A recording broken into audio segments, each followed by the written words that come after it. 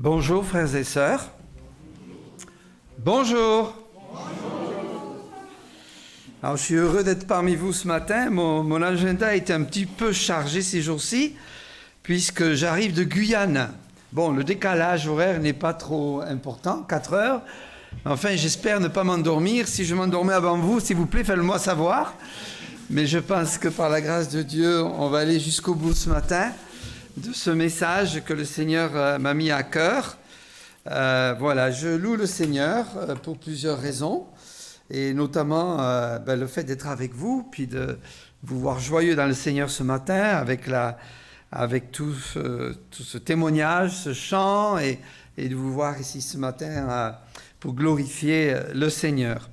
Je loue le Seigneur aussi parce que j'ai un fils qui a pu s'échapper en quelque sorte de Moscou, qui a pris un taxi jusqu'en Estonie avec sa femme et ses 4 enfants.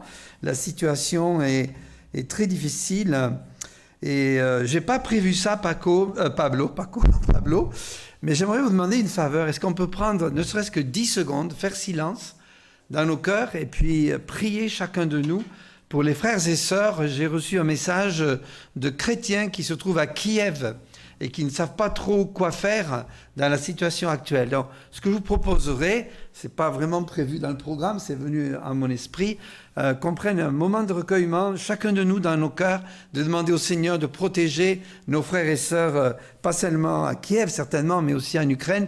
Mais ça, c'est vraiment problématique pour tous et chacun, mais évidemment, nous voulons soutenir particulièrement nos frères et sœurs. Prions donc dans nos cœurs silencieusement, si vous voulez bien, quelques secondes. Merci.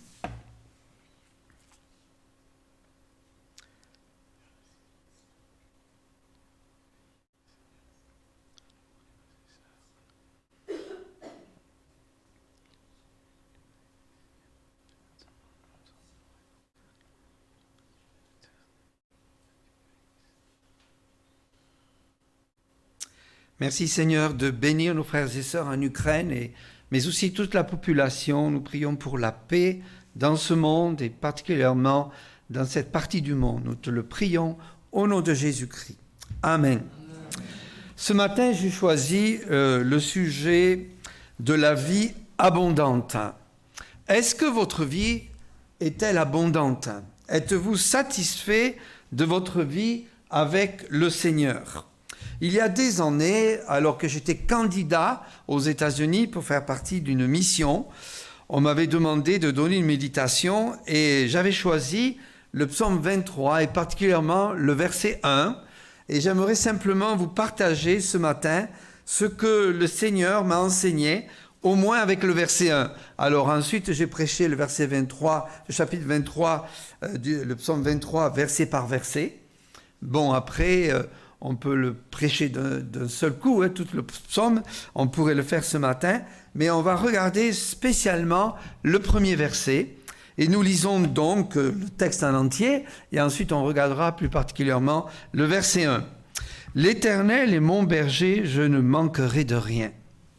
Il me fait reposer dans de verts pâturages, il me dirige près des eaux paisibles, il restaure mon âme, il me conduit dans les sentiers de la justice. » à cause de son nom. Quand je marche dans la vallée de l'ombre de la mort, je ne crains aucun mal, car tu es avec moi. Ta houlette et ton bâton me rassurent. Tu dresses devant moi une table en face de mes adversaires. Et tu oins d'huile ma tête et ma coupe déborde. Oui, le bonheur et la grâce m'accompagneront tous les jours de ma vie, et j'habiterai dans la maison de l'Éternel jusqu'à la fin de mes jours. L'Éternel est mon berger, je ne manquerai de rien. Quel programme, n'est-ce pas?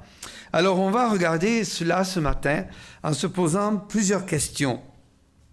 En fait, le croyant, comme David, n'est-ce pas, est appelé à vivre une vie abondante, telle que décrite dans ce psaume. Une vie intime avec l'Éternel, avec Dieu. De même qu'un berger prend soin de ses brebis, Dieu prend soin de ses enfants dans une relation intime de berger à brebis. Et le berger apporte toutes sortes de soins envers ses brebis.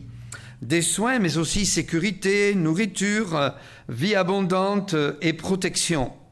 Et David, en ayant écrit ce psaume, savait bien ce qu'il disait, puisque lui-même, de profession en quelque sorte, il avait été berger. Il comprend très bien le rôle du berger envers les brebis. D'ailleurs, je ne sais pas si vous connaissez le méditation sur le psaume 23, écrit par un berger, j'ai oublié son nom, je ne sais pas Pablo si tu connais, mais il y a un commentaire sur le psaume 23 extraordinaire qui a été écrit par un berger qui est devenu théologien, qui au départ était berger. Alors le Seigneur aussi veut nous accorder une vie abondante, sa paix, sa joie, sa protection, son bonheur.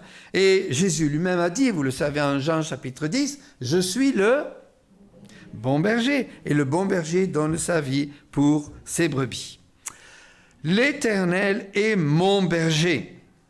J'espère que chacun de nous ce matin, nous pouvons affirmer cela, il est mon berger. L'Éternel est mon berger.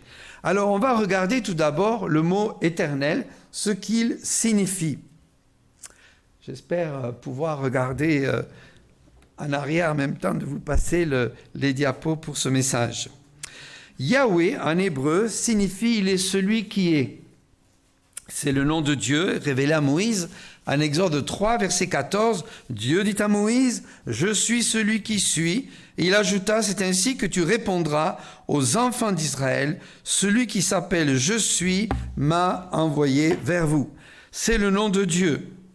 Et vous savez qu'en Jean 8, 58, Jésus a dit aux Juifs qui l'entouraient, « En vérité, je vous le dis, avant qu'Abraham fût, je suis. » Il est en train de reprendre le mot Yahweh de l'Ancien Testament dans le grec. Ici, ça se pourrait, de le grec, c'est égoïmie. Moi, je suis réellement.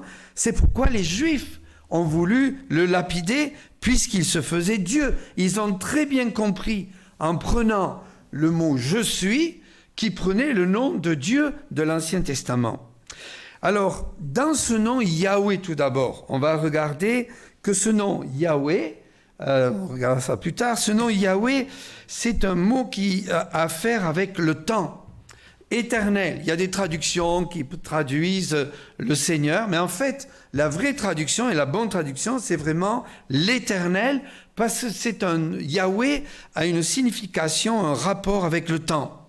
Et cela veut nous dire, nous croyants, nous signifier qu'il connaît notre passé, il connaît notre présent, et il connaît notre avenir. Il est au-dessus du temps et ainsi, non seulement il connaît toutes choses, il est maître du temps, mais aujourd'hui même, il connaît pour chacun de nous notre avenir.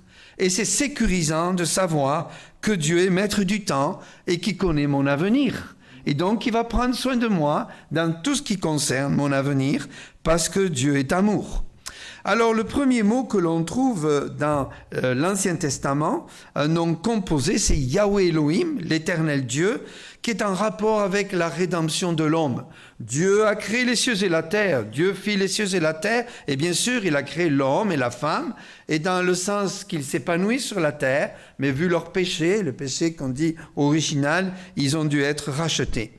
Ce qui est merveilleux, ce matin en introduction, enfin une première partie du message, nous allons voir que dans l'Ancien Testament, ce mot éternel est composé de plusieurs noms. On a rajouté à l'éternel certains noms qui font qu'on a une description de qui est Dieu. C'est intéressant de voir dans la Bible, de souligner dans nos Bibles les différents noms de Dieu. Et ce matin, on va regarder les noms composés qui concernent le mot Yahweh, donc éternel, Yahweh. Et le premier qu'on va regarder, c'est Jéhovah Jireh. Il ne faut pas que j'oublie de boire, sinon vous allez devoir terminer le message à ma place. Hein? D'accord. Jéhovah Jireh. Ces noms composés, on va regarder ce matin qu'en fait, ils nous sont donnés pour nous révéler qui est Dieu, mais aussi dans sa relation avec nous. Et le premier terme que l'on voit composé se trouve en Genèse 22, versets 13 et 14. Alors, je ne pourrai pas, malheureusement, m'étendre à chaque contexte du passage qu'on va voir chaque fois qu'il y a un mot composé, parce qu'évidemment, ça prendrait presque un message pour chaque nom dans son contexte, tellement c'est riche. Mais vous savez qu'Abraham, il lui a été demandé de sacrifier son fils. Et c'est un pas de la foi qu'il a fait extraordinaire, n'est-ce pas? Le matin, il s'est levé de bonne heure, nous dit le texte, il a obéi au Seigneur, et il était prêt à aller sacrifier son fils. Je ne sais pas vous, mais des fois, quand Dieu nous demande quelque chose, on aurait plutôt tendance le matin à tourner dans le lit ou à attendre un petit peu, à temporiser, et pas obéir immédiatement. Mais le grand principe de la vie d'Abraham, c'était une obéissance immédiate. Il a été prêt à sacrifier son fils. Et Dieu a pourvu, vous connaissez l'histoire, et on lit dans le texte, Abraham leva les yeux et vit derrière lui un bélier retenu dans un buisson par les cornes, et c'est Dieu qui l'avait placé là. Et Abraham alla prendre le bélier et l'offrir en holocauste à la place de son fils, puisque Dieu l'a retenu, vous savez, de sacrifier son fils. Abraham donna à ce lieu le nom de Jéhovah-Jireh. C'est pourquoi l'on dit aujourd'hui à la montagne de l'Éternel, il sera pourvu. Ici, c'est le principe de substitution. Dieu voulait, en image de ce que lui allait faire, comme Dieu le Père, offrir ce qu'il avait de meilleur, son fils. Il a demandé à Abraham à sacrifier son fils. Et il y a eu un substitut, un bélier, parce que Dieu a arrêté Abraham pour sacrifier son fils. Et ce substitut est un symbole de Jésus-Christ. Bien sûr, Isaac, le fils, qui était prêt à mourir. Mais ce substitut, ce bélier qui prend la place du sacrifice, c'est symbolique de Jésus-Christ lui-même. Jésus-Christ a pris notre place. Jésus-Christ est celui qui peut nous apporter le salut. Et lorsque nous sommes dans l'avion ou lorsque nous rencontrons des collègues de travail, lorsque nous sommes appelés de témoigner, nous devons proclamer le salut en Jésus-Christ, qu'il y a un sacrifice parfait qui est Jésus-Christ. Ce sacrifice parfait où Jésus a dit à la croix, tout est accompli, nous n'avons rien à faire pour être sauvés si ce n'est de croire en lui. C'est extraordinaire cela. Dans mes voyages, par la grâce de Dieu, je prie que Dieu me donne des voisins avec qui parler.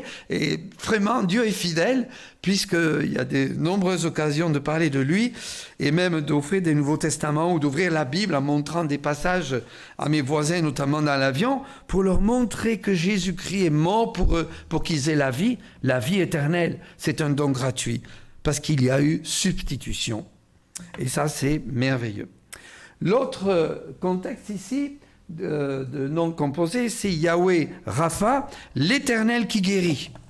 Alors, pour faire une histoire courte, le peuple d'Israël arrive, ils sont assoiffés, et ils arrivent devant un endroit où il y a de l'eau, Mara, qui signifie amertume.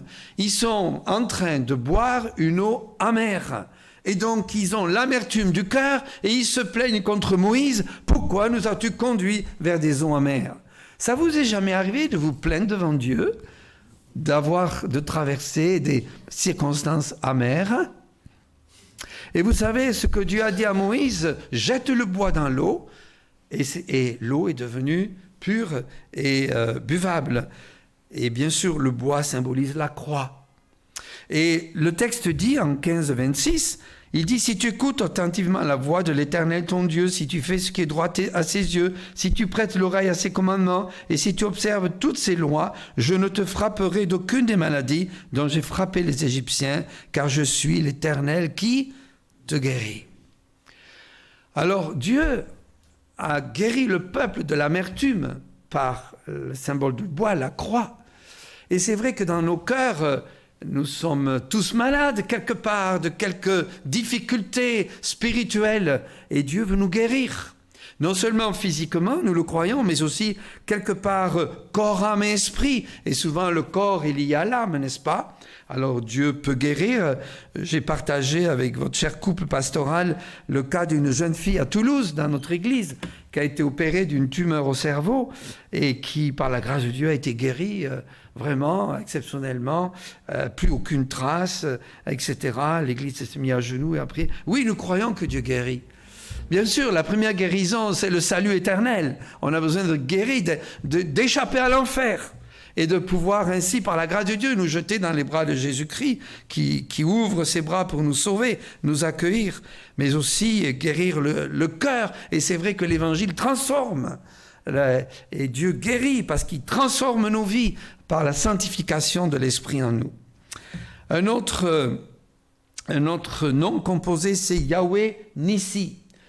Yahweh Nissi, c'est l'Éternel et ma bannière. Alors le texte ici, pour le contexte un petit peu long, mais je pense que ça vaut la peine de le lire. D'accord, accrochez vos ceintures, on le lit ensemble. Amalek vint combattre Israël à Rephidim. Alors Moïse dit à Josué, choisis-nous des hommes, sors et combat Amalek. Demain je me tiendrai sur le sommet de la colline, la verge de Dieu dans ma main. Josué fit ce qu'il lui avait dit Moïse pour combattre Amalek, et Moïse, Aaron et Hur montèrent au sommet de la colline. Lorsque Moïse élevait sa main, Israël était le plus fort, et lorsqu'il baissait sa main, Amalek était le plus fort. Les mains de Moïse étant fatiguées, ils prirent une pierre qu'ils placèrent sous lui, et il s'assit dessus. Aaron et Hur soutenaient ses mains, l'un de côté, l'autre de l'autre, et ses mains restèrent fermes jusqu'au coucher du soleil.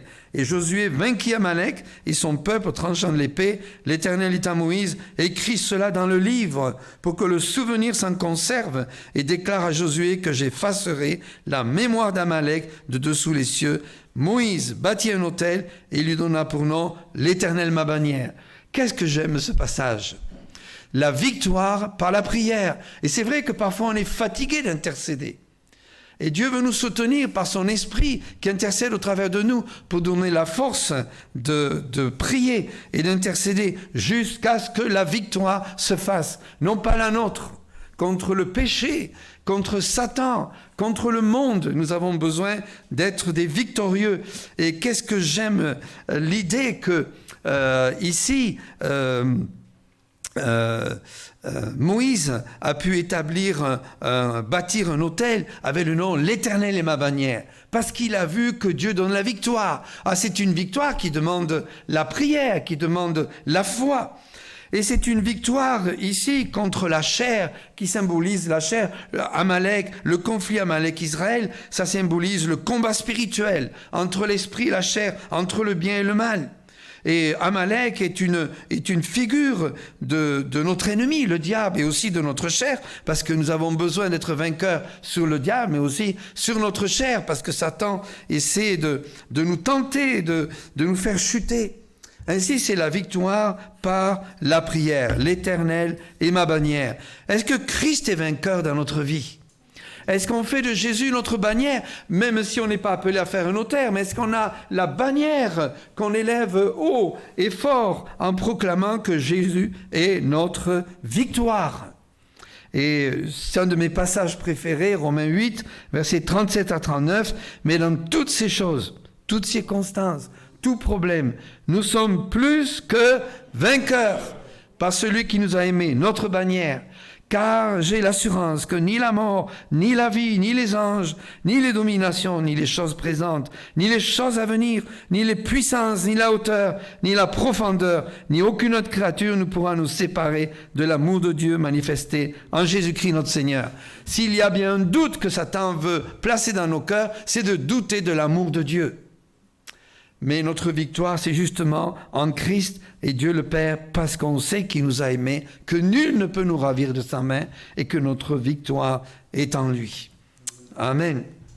Un autre aspect ici de Yahweh, c'est Yahweh Shalom, Yahweh notre paix.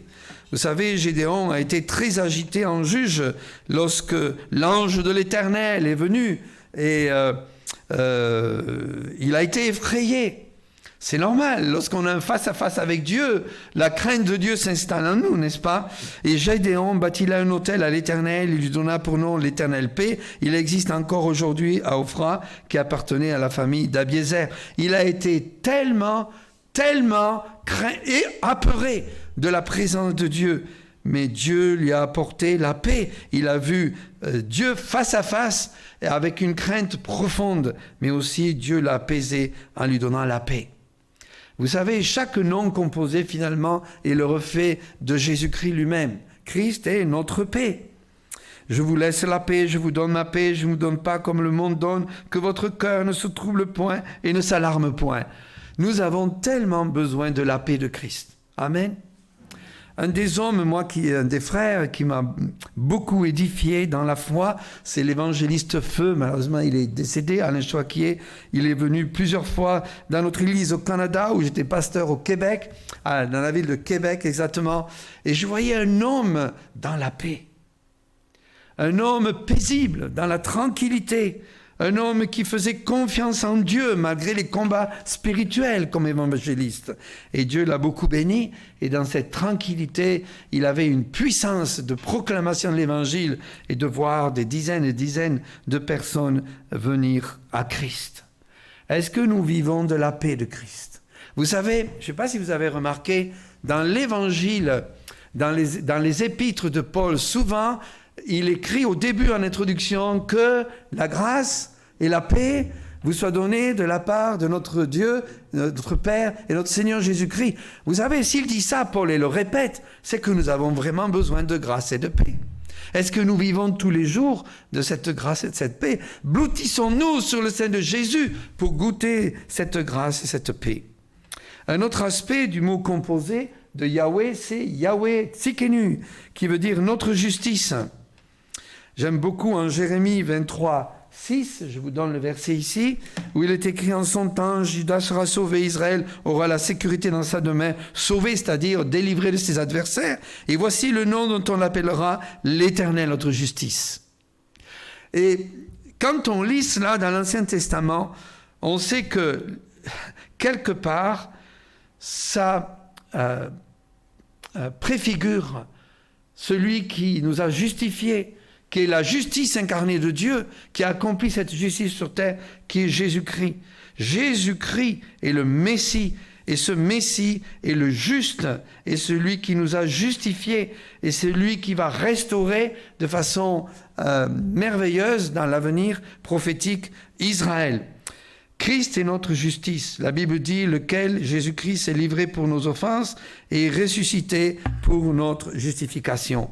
Vous savez, du temps du Moyen-Âge, les gens essayaient de se sauver par eux-mêmes, de se justifier devant Dieu pour essayer d'expier leurs péchés. Alors ils se promenaient dans les rues, ils se flagellaient littéralement pour expier, soi-disant, le péché. Mais le mot expier dans l'hébreu kafar signifie couvrir. Il n'y a que Dieu qui puisse couvrir le péché. L'homme ne peut pas se justifier devant Dieu. Toute notre justice est comme un vêtement souillé.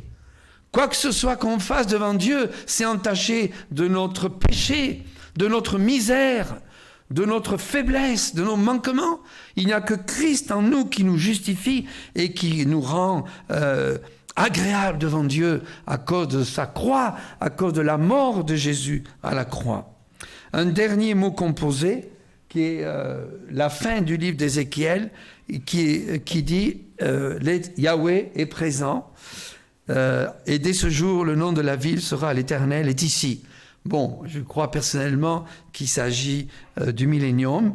C'est une présence de Dieu, caractéristique essentielle du ciel. Mais vous savez, c'est profond cela. L'Éternel est ici. Malheureusement, il n'y a pas beaucoup d'hommes politiques aujourd'hui qui peuvent dire dans leur ville, l'Éternel est ici. C'est triste, n'est-ce pas?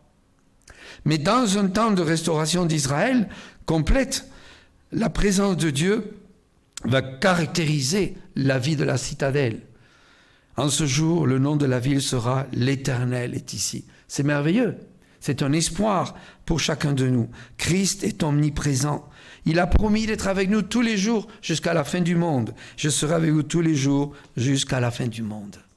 Alors, au travers de cette liste, on voit quelque part que notre Seigneur prend soin de nous au travers de ces noms composés. L'Éternel, Dieu Tout-Puissant, il n'est pas si loin que nous. C'est celui qui prend soin de nous, qui nous guérit, qui nous purifie, qui nous transforme, qui nous sanctifie, qui est là pour nous donner sa présence et son réconfort. Et tout cela fait partie de ce psaume 23. Alors, j'ai introduit cela pour le psaume 23 parce que rien que le mot éternel en rapport de la relation que Dieu le Père va avoir avec ses enfants, c'est assez extraordinaire. Alors, l'Éternel est mon berger, je ne manquerai de rien. Quelle affirmation! Quelle affirmation! Il n'y a pas de troupeau qui peut subsister si quelque part il n'a pas un guide, un berger. Nous sommes des bergers du Seigneur et nous avons besoin d'être guidés. Vous savez, je vais vous choquer peut-être en disant ça, mais la Bible dit clairement qu'un des animaux les plus stupides sur la terre, ce sont les brebis. Et Dieu a la grâce de nous appeler ses brebis. Stupide qu'êtes-vous? C'est pas moi qui parle. Hein? Soyez soumis au berger. Vous avez besoin d'un berger. Et David, berger, ayant eu tellement d'expérience comme berger, il proclame « L'Éternel est mon berger ». Lui-même a pris soin des brebis. C'est lui qui en était le guide, le propriétaire. Mais il en a pris soin avec tellement d'amour, de soins intensifs. Et là, il dit « Voilà, Dieu est mon berger ». Ah, c'est une relation intime que David nous partage avec son Dieu. L'Éternel est mon berger. Si vous ne pouvez pas dire ce matin, l'Éternel est mon berger, il m'a approprié comme une de ses brebis, alors allez vers lui pour être sauvé, afin qu'il devienne votre berger. Et dans l'Ancien Testament, alors je ne sais pas si j'ai mis tout le texte, mais Jésus-Christ, non seulement le bon berger, alors je n'ai pas mis tout le texte, mais en Ézéchiel, je vous le lis rapidement, hein, j'espère ne pas trop déborder ce matin, car ainsi par le Seigneur l'Éternel, voici j'aurai soin moi-même de mes brebis et j'en ferai la revue. Comme un pasteur inspecte son troupeau quand il est au milieu de ses brebis éparses, ainsi je ferai la revue de mes brebis, je les recueillerai de tous les lieux où elles ont été dispersées au jour des nuages et de l'obscurité. Je les retirerai d'entre les peuples, je les rassemblerai des diverses contrées, je les ramènerai dans leur pays, je les ferai paître sur les montagnes d'Israël, le long des ruisseaux et dans tous les lieux habités du pays. Je les ferai paître dans un bon pâturage et leur demeure sera sur les montagnes élevées d'Israël. Dieu, le Dieu d'Israël, compare Israël comme un troupeau et lui comme le berger. Il connaît ses brebis, il connaît ses enfants. Et il dit ceci, l'Éternel, je chercherai celle qui était perdue, je ramènerai celle qui était égarée. On voit le cœur du berger ici. Je penserai celle qui est blessée et je fortifierai celle qui est malade. Mais je détruirai celles qui sont grasses et vigoureuses. Je vais les paître avec justice. Ici, dans ce texte, il y a tout le ministère de Dieu envers ses enfants et aussi, évidemment, en application, le pasteur, n'est-ce pas, ou les anciens d'une église qui doivent prendre soin de chacune des brebis. Et il y a un verset, moi, qui m'interpelle énormément, qui dit « Connais bien chacune de tes brebis ». Merci Seigneur qui connaît chacun de nous. Merci Seigneur qui prend soin de nous. Aussi, une petite remarque... Jésus est devenu le berger de tous les croyants. Mais vous savez, il nous comprend dans nos faiblesses. Parce que lui-même, un jour, s'est fait brebis. Et je vous lis le texte en Ésaïe. Nous étions tous errants comme des brebis. Chacun suivait sa propre voie. Et l'Éternel a fait retomber sur lui l'iniquité de nous tous. Il a été maltraité, opprimé. Il n'a point ouvert la bouche, semblable à un agneau qu'on mène à la boucherie, à une brebis muette devant ceux qui l'attendent. Il n'a point ouvert la bouche. Jésus s'est soumis à Dieu le Père pour être crucifié afin de prendre nos péchés, mais aussi nos souffrances. Lui-même a souffert comme brebis de l'Éternel. Avant de devenir le berger, il comprend les souffrances, il comprend nos maladies, il comprend nos difficultés, parce que lui-même a traversé des eaux profondes, n'est-ce pas, en étant séparé à la croix de Dieu le Père. Et maintenant, il devient le bon berger donne sa vie pour ses brebis. Mais le mercenaire qui n'est pas le berger et qui n'appartient pas les brebis, voit venir le loup, abandonne les brebis et prend la fuite. Et le loup les ravit, les disperse. Le mercenaire s'enfuit parce qu'il est mercenaire et qu'il ne met point en peine des brebis. Je suis le bon berger. Je connais mes brebis. Elles me connaissent. Comme le Père me connaît et comme je connais le Père, je donne ma vie pour mes brebis. Dans ces jours où il a marché sur terre, Jésus se considérait comme une brebis. Et une relation intime avec Dieu le Père, son Père, à qui il s'est soumis entièrement. Et il dit maintenant, voilà, cette même relation que j'ai eue avec mon Père, elle est votre privilège, parce que je suis devenu votre berger. Est-ce que nous réalisons cela, bien-aimés? Est-ce que nous réalisons que Jésus est notre berger qui prend soin de nous, de brebis qu'il était, il s'est fait berger pour nous. Alors on va terminer avec cette seconde partie en quelque sorte du verset « Je ne manquerai de rien ». Vous savez, j'ai remarqué quelque chose dans nos vies, c'est facile de louer le Seigneur quand tout va bien. Vous êtes d'accord ?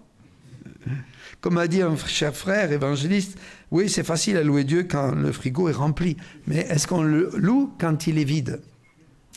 Est-ce qu'on a cet esprit de louange ? Je dois confesser, par la grâce de Dieu, j'ai eu l'occasion d'aller en Martinique, en Guadeloupe. Je ne sais pas s'il y a des Martiniquais ici ou des Guadeloupéens. Alors, je ne vais pas vous entrer dans la guerre entre Guadeloupe et Martinique. J'aime beaucoup les deux îles, n'est-ce pas ? Et j'aime beaucoup les frères et sœurs avant même le soleil, la plage, la vie tellement agréable. Mais moi, c'est les habitants qui me touchent. Et le président de la mission chrétienne, qui n'est pas notre alliance, mais qui m'a invité plusieurs fois à aller dans les églises, prêcher, faire des séminaires, notamment sur la famille, je loge chez lui avec ma douce bien-aimée, Louise, qui ne peut pas être là aujourd'hui parce qu'elle garde nos petits-enfants à Lyon. Voilà, pendant que notre fils est aux États-Unis. Et c'est un frère où j'ai appris quelque chose avec lui, c'est qu'il loue constamment le Seigneur. Qu'est-ce que c'est agréable de vivre avec quelqu'un qui loue le Seigneur. Il ne râle pas, comme tout Français d'habitude, vous êtes d'accord ? On est connu comme ça. Hein ? Il est dans la joie, il se confie en lui, il y a des obstacles, il y a des problèmes, il y a des difficultés, mais il loue le Seigneur. Et moi, ça me fait du bien de vivre avec quelqu'un comme ça. Parce que c'est positif, c'est heureux, c'est joyeux, c'est le pas de la foi. Bien-aimés, nous avons 3 sortes de besoins. C'est très affirmatif de dire « je ne manquerai de rien ». Est-ce que vous pouvez le dire ce matin que vous avez confiance devant Dieu, puisqu'il est votre berger, que vous ne manquerez de rien ? Vous pouvez le dire ? Mais le dire et puis le vivre, hein, reconnaissons que là, des fois, nous faillissons. Est-ce que vraiment vous croyez que Dieu peut pourvoir à tous vos besoins ? Je ne manquerai de rien. Manquerai de rien. C'est extraordinaire, cela. Attendez, répétons. Je ne manquerai de rien. L'Éternel est mon berger. Mais qui n'aimerait pas avoir quelqu'un qui a une telle assurance, vie, et qui peut dire, je connais celui qui fait que je ne manquerai de rien. C'est assez extraordinaire, cela. Alors, j'ai établi une petite liste et j'aimerais vous le partager brièvement en conclusion et application de cette expression, je ne manquerai de rien. Nous avons 3 sortes de besoins. Nous avons des besoins physiques, nous avons des besoins matériels et spirituels. Et Dieu veut prendre soin de nous dans ces 3 domaines. Alors, on commence par le besoin physique. Il y aurait beaucoup de choses à dire, n'est-ce pas ? Mais j'aimerais vous partager Ésaïe 40, versets 28 à 31. « Ne le sais-tu pas, ne l'as-tu pas appris ?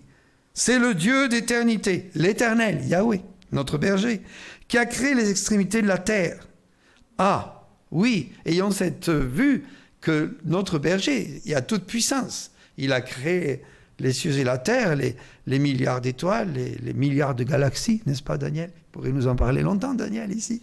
C'est incroyable, ce Dieu qui a créé les cieux et la terre. Et moi, il ne me connaîtrait pas. Moi, j'ai un oncle, une fois, qui m'a dit « Oh, Dieu, il est bien éloigné, il s'occupe du monde. » Mais de penser qu'il pouvait s'occuper de lui, il avait beaucoup de difficultés. Et pourtant, Dieu s'intéresse jusqu'au nombre de nos cheveux. Et vous vous rendez compte, il a du travail quand même, hein ? Chez certains moins, mais on a tous besoin de cheveux. Mais bon, ceci dit, il connaît jusqu'au nombre de nos cheveux. Ça veut dire qu'il nous connaît. Mais c'est littéral, je pense. Il nous connaît vraiment. Alors, les besoins physiques. Ne le sais-tu pas, ne l'as-tu pas appris ? C'est le Dieu d'éternité, l'Éternel, qui a créé les extrémités de la terre. Il ne se fatigue pas. Oh là là, quelle chance ! Il dort toujours, non, il dort pas, mais il est toujours reposé tout en travaillant, lui. Il ne se lasse point, on ne peut sonder son intelligence. Il donne, voilà, de la force à celui qui est fatigué. Il augmente la vigueur de celui qui tombe en défaillance. Les adolescents se fatiguent et se lassent. Et je dirais plus que les adolescents même, n'est-ce pas ? Et les jeunes hommes chancellent, mais ceux qui se confient en l'Éternel renouvellent leur force. Ils prennent le vol comme les aigles. Ils courent et ne se lassent point, ils marchent et ne se fatiguent point. Vous avez observé les aigles ? Qu'est-ce qui se passe lorsqu'ils sont en face d'un courant qui s'oppose à leur vol? Ils changent de direction, ils prennent la force du vent pour changer de direction et revenir là où ils veulent aller. C'est quand même intelligent. Mais vous savez, nous, les enfants de Dieu, vous avez remarqué parfois comme on bat des ailes? On est à contre-courant et on continue à battre des ailes et on bat des ailes et on essaie d'arriver par nos forces. Et Dieu dit, non, non, non, non, non. Il ne se fatigue, il ne se lasse point, il court, il marche, il ne se fatigue point. Comme les aigles, ils reprennent leur vol. Et parfois, au lieu de combattre le courant qui s'oppose à nous, ayons plutôt la direction, j'allais dire le courant de Dieu, pour voir les choses comme Dieu les voit. Et dans le domaine physique, nous avons besoin d'être renouvelés. Le corps a besoin de repos, parfois on manque de sagesse. Il a besoin d'être renouvelé. Mais vous savez, le corps et l'âme sont liés. Reconnaissons que le péché nous fatigue dans nos vies. Reconnaissons que être hors de la volonté de Dieu nous fatigue. Reconnaissons que nous avons besoin de la paix de Dieu qui surpasse toute intelligence, toute connaissance. Reconnaissons parfois que nous voulons vivre la vie chrétienne par nos efforts et cela nous affaiblit, cela nous amène à la croix où humblement on dit Seigneur pardonne-moi, j'essaie de vivre encore la vie chrétienne par moi-même, j'ai pas encore appris à mourir à moi-même pour te laisser les vivre en moi. Seigneur, prends ma vie. Vous savez, j'ai bien peur des fois quand on dit au Seigneur prends ma vie, que lui veut la prendre mais qu'on la retient. Et on a beaucoup de prières comme ça. Car ainsi a parlé le Seigneur, l'Éternel, le Saint d'Israël, c'est dans la tranquillité et le repos que sera votre salut. C'est dans le calme et la confiance que sera votre force, mais vous ne l'avez pas voulu. Voilà, il y a des engagements, mais Seigneur, voilà, c'est toi qui vas agir, c'est pas moi. Je n'ai pas la force. Mais toi, avec toi, rien n'est impossible. Renouvelle mes forces. Et c'est vrai parfois que notre batterie, si on voit notre vie chrétienne faite de plusieurs, un réservoir d'énergie qui sont liés à des batteries émotionnelles, notre batterie dans les émotions, notre batterie dans l'intellect, notre batterie dans le spirituel. Il faut que ces batteries soient rechargées pour que notre vie soit en harmonie avec Dieu. Et des fois, nous ne trouvons pas le repos de Christ, alors qu'il nous invite à lui. Venez à moi, vous tous, qui êtes fatigués, chargés, et je vous donnerai du repos. Car mon joug est doux et mon fardeau léger. Nous pardonnons des fardeaux qui pèsent physiquement dans nos vies, ne serait-ce que mentalement. Ça vous arrive? Oui, moi ça m'arrive souvent. Et je dois dire, Seigneur, prends ces fardeaux. Je me souviens un jour avoir vu une dame en face d'un ascenseur avec une grosse valise. Elle gardait la valise dans les mains. Je lui dis, oh là, ça doit être précieux. Est-ce qu'elle a des lingots d'or ou quoi? L'ascenseur arrive, elle monte dans l'ascenseur. Et savez-vous quoi, à mon grand étonnement, elle ne pose pas la valise par terre, alors qu'il y avait plusieurs étages. Elle continue à porter la valise. Et je me suis dit, mais quelle belle illustration malheureuse de ce que nous faisons parfois avec nos fardeaux. On va devant Dieu, on dit, Seigneur, prends nos fardeaux. On dit, Seigneur, on va à la croix. Et on repart avec nos valises bien chargées, au lieu de laisser les valises au pied du Seigneur. Vous avez compris l'illustration. Allez, besoins matériels. Nous avons des besoins matériels, n'est-ce pas? Vous n'en avez pas, vous? Ah, merci. Je ne suis pas le seul. Un jour, j'étais en voiture et j'avais commencé à voir ma voiture vraiment poète-poète, qui allait bientôt s'achever. J'ai dit, Seigneur, donne-moi une voiture. Comme ça, c'est venu spontanément. J'ai dit, Seigneur, pourrais-tu me donner une voiture? Savez-vous quoi? Quelques mois plus tard, il y a un couple de l'église qui dit, bon, on repart. Ils étaient, je crois, du Pérou. Et ils étaient venus un an à l'église. Ils avaient une voiture. Et le frère bien-aimé me dit, Michel, est-ce que ça te dérangerait qu'on te donne notre voiture?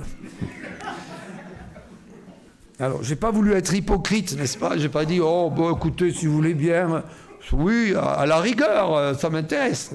Non, j'ai dit, c'est une bonne chose. D'ailleurs, j'ai prié pour ça. Voilà. Et mon Dieu pourvoira tous vos besoins selon sa richesse avec gloire en Jésus-Christ. C'est pourquoi je vous dis, ne vous inquiétez pas pour votre vie, de ce que vous mangerez, ni pour votre corps, de quoi vous serez vêtus. La vie n'est-elle pas plus que la nourriture et le corps plus que le vêtement? Regardez les oiseaux du ciel. Ils ne sèment, ils ne moissonnent, ils n'amassent rien dans les greniers, et votre Père céleste les nourrit. Combien de fois on s'inquiète pour rien? Il est prouvé que la plupart du temps, 75 à 80, ou même je ne sais plus combien, d'inquiétudes chez nous n'arrivent jamais. On s'inquiète pour rien alors que Dieu a promis de pourvoir à nos besoins. Ne valez-vous pas beaucoup plus qu'eux, à propos des oiseaux du ciel, qui de vous, par ses inquiétudes, peut ajouter une coudée à la durée de sa vie. Et pourquoi vous inquiétez au sujet des vêtements? Considérez comment croissent les lits des gens. Ils ne travaillent ni ne filent. Cependant, je vous dis que Salomon même, dans toute sa gloire, n'a pas été vêtu comme l'un d'eux, etc. Cherchez premièrement le royaume de Dieu et la justice de Dieu, et toutes ces choses vous seront données par-dessus. Ne vous inquiétez donc pas du lendemain, car le lendemain aura soin de lui-même. Une de mes inquiétudes en tant que papa et maman, ma chère épouse avec moi, nous avons eu 6 enfants. Je dis, mais comment Dieu va pouvoir aux études de nos enfants? Et je me suis réellement inquiété. Et savez-vous quoi? Dieu a pourvu à tous les besoins de nos enfants pendant leurs études supérieures. 3 sont allés étudier aux États-Unis. Aucune dette à la fin de leurs études. Un vrai miracle.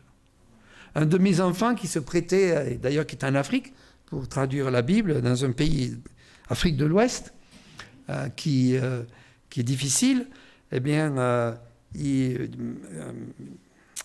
Billy Graham avait 20 bourses pour 20 étudiants chaque année, mais quand avec les subprimes, il y a quelques années, les placements avaient faibli. Il n'avait que 4 bourses à donner pour Wheaton College, un endroit où mon fils a fait finalement la maîtrise de grec et hébreu pour être traducteur. Il était le 5e sur la liste. 5e. Et les études, là, je peux vous dire, c'est très cher. Nous n'avons pas payé les études à nos enfants. Ils se sont débrouillés, Dieu a pourvu, enfin, c'est assez extraordinaire. Et le 4e de la liste, parce que la fondation de Billy Graham payait 2 ans d'études gratuitement à Wheaton College, logé, nourri, etc. C'était merveilleux, quel cadeau, à condition de s'engager 5 ans dans le ministère. Et le 4e, au dernier moment, s'est dit, en disant, non, moi je vais aller à telle université. Il a payé ses études là où il est allé. Et mon fils, le 5e sur la liste, a pu bénéficier de cette fondation. C'est incroyable. Bon, on pourrait citer beaucoup d'autres... J'étais à Chicago, Dieu m'appelait d'aller à Québec, j'avais aucun moyen pour y aller. Et Dieu a pourvu de façon... J'étais assis dans un parc, et Dieu m'a dit, Michel, si je t'appelle à aller au Canada, je vais pourvoir à tes besoins. Il m'a parlé comme ça, et j'étais comme un beurre au soleil. Quand on sait que c'est Dieu qui amène la soupe tous les jours, on est d'autant plus reconnaissant. Et puis les besoins spirituels, et là, j'ai toute une liste, je vais essayer d'accélérer un petit peu, ça va? Quels sont nos besoins spirituels? Mais ils sont énormes. Bon, on peut lire versets 2 à 6 du psaume 23, et déjà là, on voit qu'il y en a beaucoup. Mais une petite liste que j'aimerais vous partager, si vous voulez bien. D'accord? Besoins spirituels. Moi, j'ai remarqué dans ma vie que j'ai toujours besoin d'être rempli de l'amour de Dieu. J'ai besoin de l'amour et de sagesse, parce que j'en manque. J'ai besoin d'être renouvelé dans l'amour de Dieu pour ma vie, pour les autres, pour ma bien-aimée, ma chérie, pour mes enfants, petits-enfants, belles-filles, pour les membres de l'Église. J'ai besoin d'être renouvelé dans l'amour. Bien-aimés, aimons-nous les uns les autres, car l'amour est de Dieu. On ne peut pas fabriquer l'amour. Et quiconque aime est né de Dieu et connaît Dieu. Si quelqu'un d'entre vous manque de sagesse, qu'il la demande à Dieu, qui donne à tout simplement sans reproche, elle lui sera donnée. Dieu est celui, Jéhovah Jireh, qui peut pourvoir à l'amour et à la sagesse dans nos vies. Un besoin de patience. Quelqu'un a dit, je suis impatient de devenir patient. Eh oui, parce que des fois, on s'inquiète. On a besoin de paix. Ne vous inquiétez de rien, mais en toutes choses, faites connaître vos besoins à Dieu par des prières et des supplications avec des actions de grâce. Et la paix de Dieu, de l'Éternel, notre berger, qui surpasse toute intelligence, gardera vos cœurs et vos pensées en Jésus-Christ. Je vous donne la paix, je vous donne ma paix, je ne vous donne pas que le monde donne. Un besoin de compassion, de pitié. Parce que les âmes sont perdues. Voyant la foule, il fut ému de compassion pour elles, parce qu'elle était languissante et abattue comme des brebis qui n'ont point de berger. Je suis étonné parfois, excusez-moi, que les enfants de Dieu, nous manquons tellement de compassion envers les gens perdus. Bon, je vous donne un exemple, une anecdote pour glorifier Dieu, n'est-ce pas? Prenez-le comme ça. Un jour, Dieu m'a demandé de venir à Paris pour implanter une église avec une équipe au travers de l'école biblique où j'étais. J'ai dit, Seigneur, si tu m'appelles à Paris, il faut vraiment que tu me donnes l'amour des gens. Et j'aimais bien aller voir Plateau-Beaubourg, c'est une nouvelle construction. Bon, c'était un peu lié à mon métier précédent.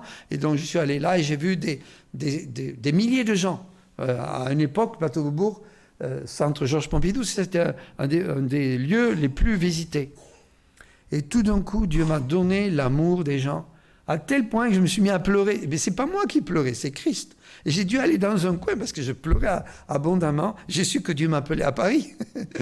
Mais la raison, c'était l'amour des âmes. Et ensuite, avec un copain, on allait prêcher avec un skateboard, etc., justement à cet endroit-là pour annoncer l'évangile.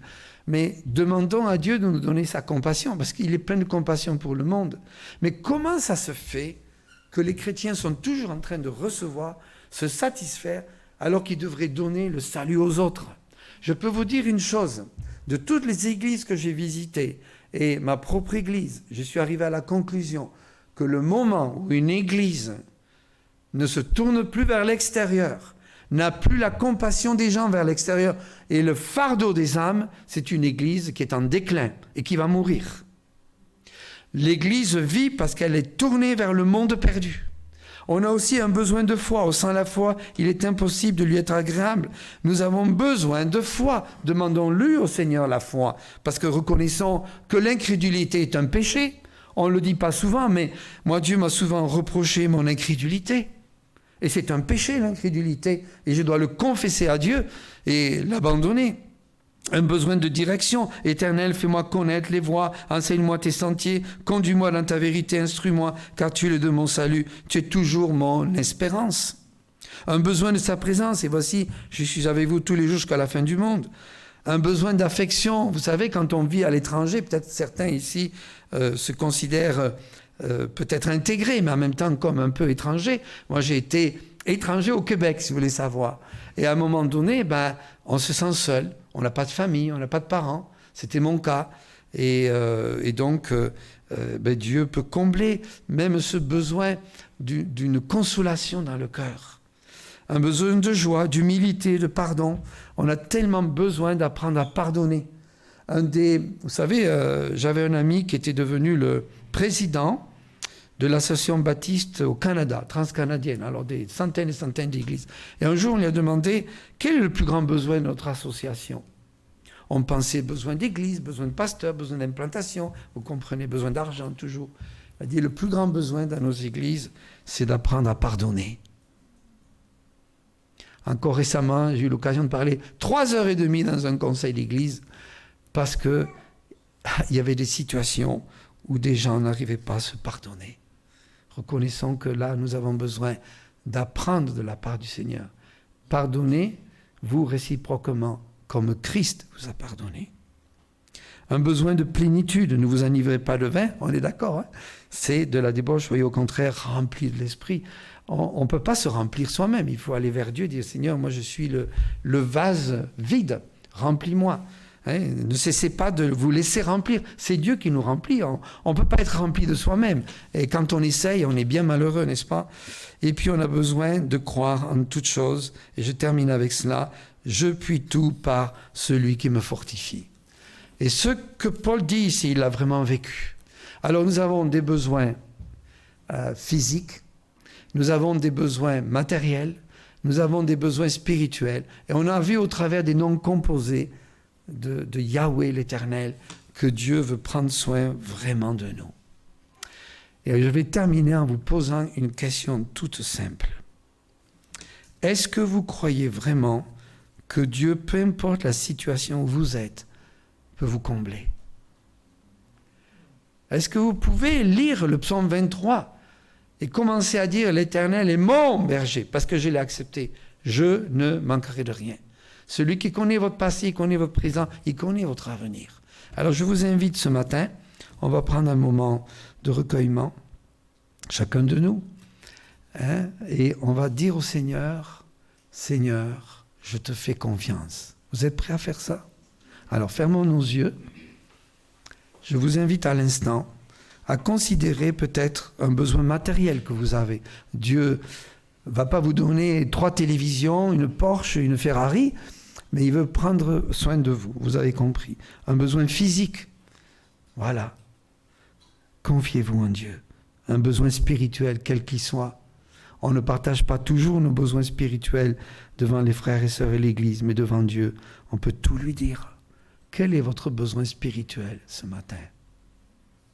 Voilà. Besoin matériel, besoin physique, besoin spirituel. Inclinons-nous un moment et prions dans le silence de nos cœurs. Vous avez en tête un certain besoin. Dites au Seigneur à l'instant dans votre cœur que vous lui faites confiance pour ce que vous vivez, parce qu'il prend soin de vous, là où vous êtes. Donnez-lui votre cœur sans réserve, parce qu'il veut que vous lui fassiez confiance.